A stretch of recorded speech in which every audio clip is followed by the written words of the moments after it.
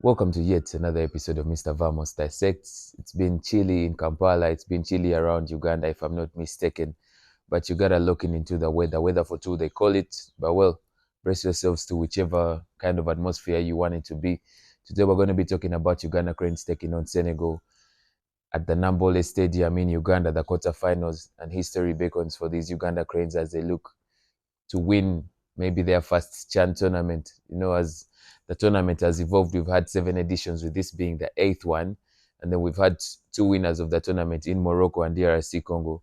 And Uganda wants to put their names on that silverware in there. So we're going to be talking about the Uganda Cranes' journey into the tournament and how they probably look to put an end to Senegal, who is the reigning champion from the last tournament. They hope to put a sword into their journey into the CHAN.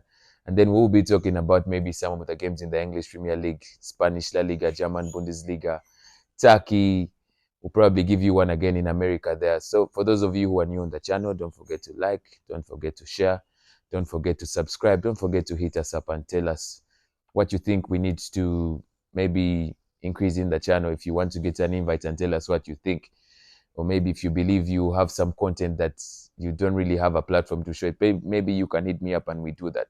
So straight into the mix, Uganda Cranes takes on Senegal again. Like I said, Senegal are the champions of the CHAN from the last tournament. Yeah. Well, it's never easy to verse a team that has won the tournament before, because they're probably beaming in confidence and all. But Uganda Cranes have shown many that, well, they really have they really have a name to protect, and the mere fact that they're playing from home, it's going to be interesting to see how that pans out. Last time Uganda Cranes played against South Africa in there, looked like it was a do or die for Uganda Cranes, just a draw or a win, and Uganda Cranes would sail through. It wasn't as easy as it looked like, as Uganda Cranes went ahead. Jude Semugabi, a player that I've critiqued very many at times, but for very many of you who know that he's actually a workaholic in there, putting Uganda Cranes ahead, and then the ship began to tatter inside there. South Africa going 2 goals up in it. But then maybe like I think that the home support is very key, because the fans began to rally behind the boys, and the boys turned a 3-1 deficit into a 3-3. Of course, Captain Torach stepping in the 90th minute to score a penalty, nerves of steel in that one. It was a crazy way to see how the game ended inside that one. So, well, Uganda Cranes took on South Africa, and the game ended in a 3-3. Very beautiful game inside that one. I just liked how the players went on to thank the fans for the support that they showed them in that one. Well, if you look into the Uganda Cranes team, the way it started the tournament, well, there were very many changes that the coach put inside there, because when the tournament started, we didn't really start with the Herbert Achai, who has been flourishing on that number 3 line. And then, of course, we had Anodong, who was playing in the number 2, with the Gavin, who was probably playing center, and they were alternating in what I think maybe the coach didn't really understand the dynamics of how he was going to maybe put these boys to play in. But fast forward, as the games evolved, Uganda went on to lose 3-0 to Algeria in the first game, but the coach made a few changes inside that one, of course. And now, of course, I'd probably give Molly Biekwaso his flowers, because for a coach that is actually on Ugandan soil, he actually knows his players better, yeah? So he went on to bring on a Hilary Mukundane. I think very many of the guys call him Bihogo. He's been very rock solid for that Vipers team for the last 3 or so years. And for a player who got an injury and came back to play first team football for Vipers, I'd probably hand him his flowers, because he's been rock solid inside that one. So the Uganda Cranes went on to rely onto a centre-back partnership of Torach and Mukundane, who know each other very well, as they play together in Vipers. And these guys have been rock solid for the Uganda Cranes inside that one. And then in the midfield, he went on to bring in a Karim Watambala. I think this must be one of the most fluid players that Uganda has in the midfield there. I think the runs that he makes inside that midfield are very exceptional, because in the first game, Alan Okello was actually playing in a midfield, which I think the coach must have gotten a wrong call on that one. So to bring in a Karim Watambala, who was playing with an ever-present Serun Joji inside that one, was really something nice to see for you, yeah? And then, of course, the midfield of Uganda Cranes is now a solid. I think, of course, Serun Joji had a one-match ban in the game against South Africa, but then he will get back into the mix for this one. So I expect that midfield to be sorted. And then, of course, in the front, the resurgence of Vanim Pande, who is actually playing on the left wing, has actually been interesting for Uganda Cranes. He's actually brought a bit of trickery and pace for that Uganda Cranes side on the left wing. Yeah. And then, of course, an ever-present Alan Okello. I think this is the wonder kid of the Uganda Cranes as we speak now, because I don't think anyone gets close to him in inspiring the boys to cook spots for Uganda Cranes. This is a player who has played both out of the country and in the country. So it's been crazy to see. It's been interesting to see Alan Okello rising up and leading this Uganda Cranes side. He's actually the second top scorer of the Chan tournament. Of course, the Morocco kid, Yasmin, is still leading it. He actually scored a goal yesterday. And then interesting to note that all the host countries are now kicked out of the tournament. Yesterday, Kenya succumbed to a penalty shootout loss to Madagascar. I think that Madagascar keeper showed a lot of balls yesterday. Very big stalwart in the goal there. Then Tanzania went on to lose to Morocco 1-0 in there. So the real question would be, will Uganda Queens be able to steady the ship and beat Senegal in that one? I think right now, for me, I believe that as long as the boys get the confidence that they got after pegging back against South Africa, and then of course the home support will be very key for them as they look forward to getting this tie to bed. I think Uganda Cranes, it will not be easy, but Uganda Cranes finds it easy to progress to the semi-final. It's a very big call to make because this is the first time Uganda Cranes qualified to the quarterfinals. Yeah, it was the first time they did that. So for them to progress and get to the semi-finals, it will be tight. Well, I don't know what the coach is going to do because remember Hilary Mukundana is suspended for this game. I don't know who they're going to bring back in the defense. I don't know if they're going to bring back a Nicolas Mwere, who I still believe was not supposed to be called out for the Uganda Cranes team because he had a ban that he was serving. But what do you know about Ugandan football? Different things happen here and there. So I really don't know who is going to partner with Torach in the back line there in the defense. And then the keeper was also privy to a few errors in the last game. I hope they steady that. Well, if it were up to me and I was giving you a prediction, I think this game will be a narrow one. Yeah, narrow one, maybe a 1-0 win in that one. But well, I don't really see Uganda Cranes taking this tie to bed. But just like I said, as long as the home support is solid and the boys settle on the ball and everything, then that tie is taken down to bed. But in my opinion, I think Senegal takes Uganda Cranes out of the tournament. Yeah, I don't know what you guys think, but let me know what you think. The reason why I'd probably pick Senegal is because they've been the winners from last year, and then well, Uganda is I think the coach has been making very many substitutions that are really shaky over the past few games inside that one. Of course, I'll not forget to talk about my boy Patrick Kakande. I was watching a channel the other day where they were saying I think he has a lot of trickery and a lot of games and doesn't really deliver.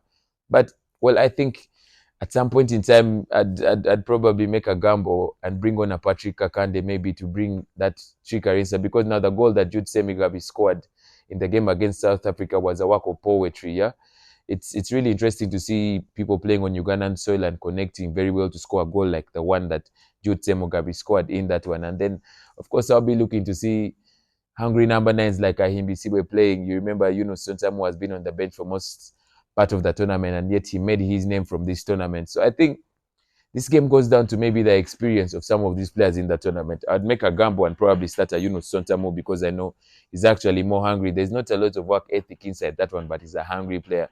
But well, let's wait and see how that pans out. Let's ensure that all of us get to Nambola and rally behind the boys.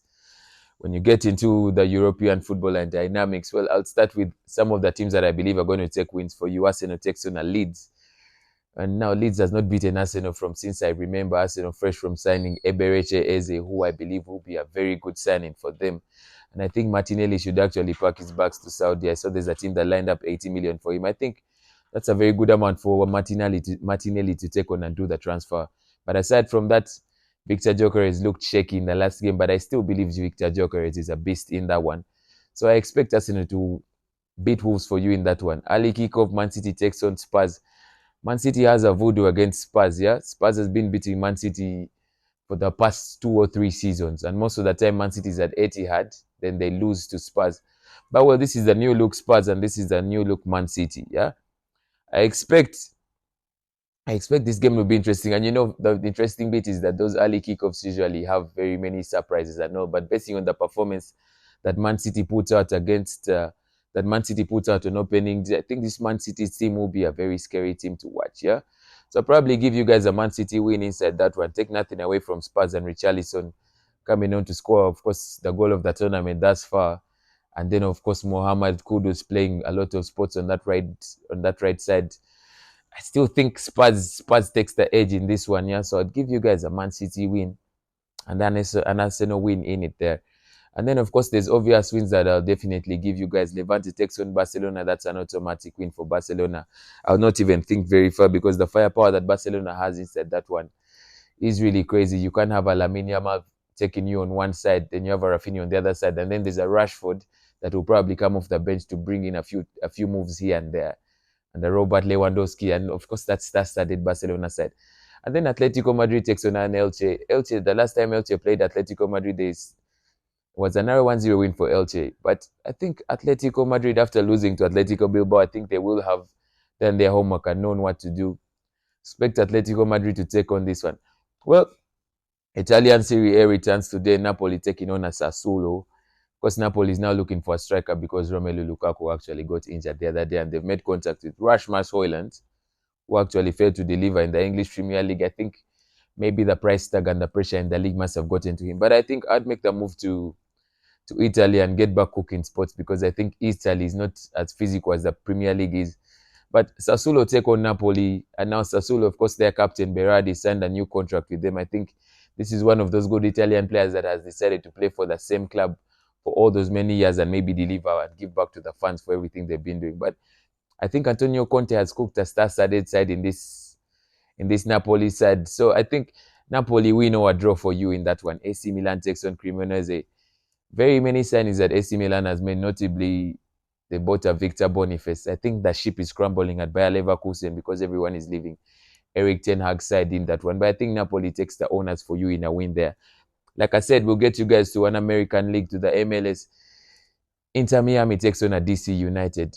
In DC United, very many of you will be looking for Christian Benteke, who was actually the top scorer in the season before, though they've not actually won in like 7 games. They take on an Inter Miami with a Luis Suarez who is back scoring goals. And then, of course, Lionel Messi in and out of the team. But that Inter Miami team has been cooking sports. Jordi Alba, I don't really remember how old he is, but it's been cooking. So I'll give you guys an Inter Miami win as well. To get you guys to Netherlands, PSV is taking on a Groningen.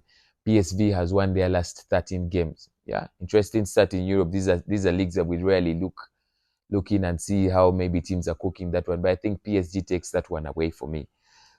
And then, of course, when you get back to the other action inside that one in the German Bundesliga yesterday, Bayern Munich went on to watch Leipzig. Leipzig has lost very many of their talents in that one, with a Xavi Simons who is actually nearing a move to Chelsea as well. Harry Kane scoring a hat-trick. Badman Luis Diaz getting on there, and then 2 goals from Michael Olise. I think this Crystal Palace side is also losing very many players, but Bayern started the league with a 6-0, 6-1 thumping of Leipzig. And then Chelsea yesterday as well took out West Ham in one of the sides that I believe might be relegated. I'm going to give them maybe a few more games to see what they're cooking. But I think Graham Potter might probably be the first coach to be sacked in the Premier League this season. Yeah. After what Sunderland did to them last week, and then after what Chelsea did to them. Interestingly, West Ham found themselves ahead in that game yesterday in like 10 minutes. But before we knew it, there was a few goalkeeping errors. The defense was sleeping. Aaron Bissaka was found sleeping for the goal that Pedro Neto scored.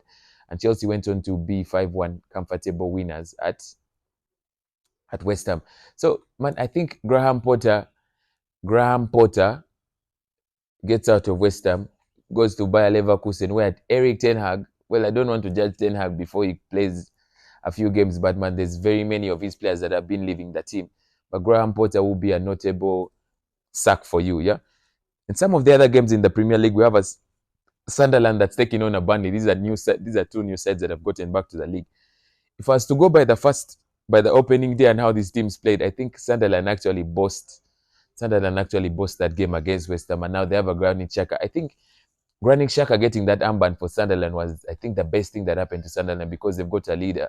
And if you were to watch that game, there's a way he was sending passes in there. Yeah, very many times I thought Sunderland was going to suffer because they released Job Bellingham, who actually saved face and ran to the German Bundesliga because he didn't really think the PR in England was going to help him to grow and all that. But I think they bought very many interesting players inside that one.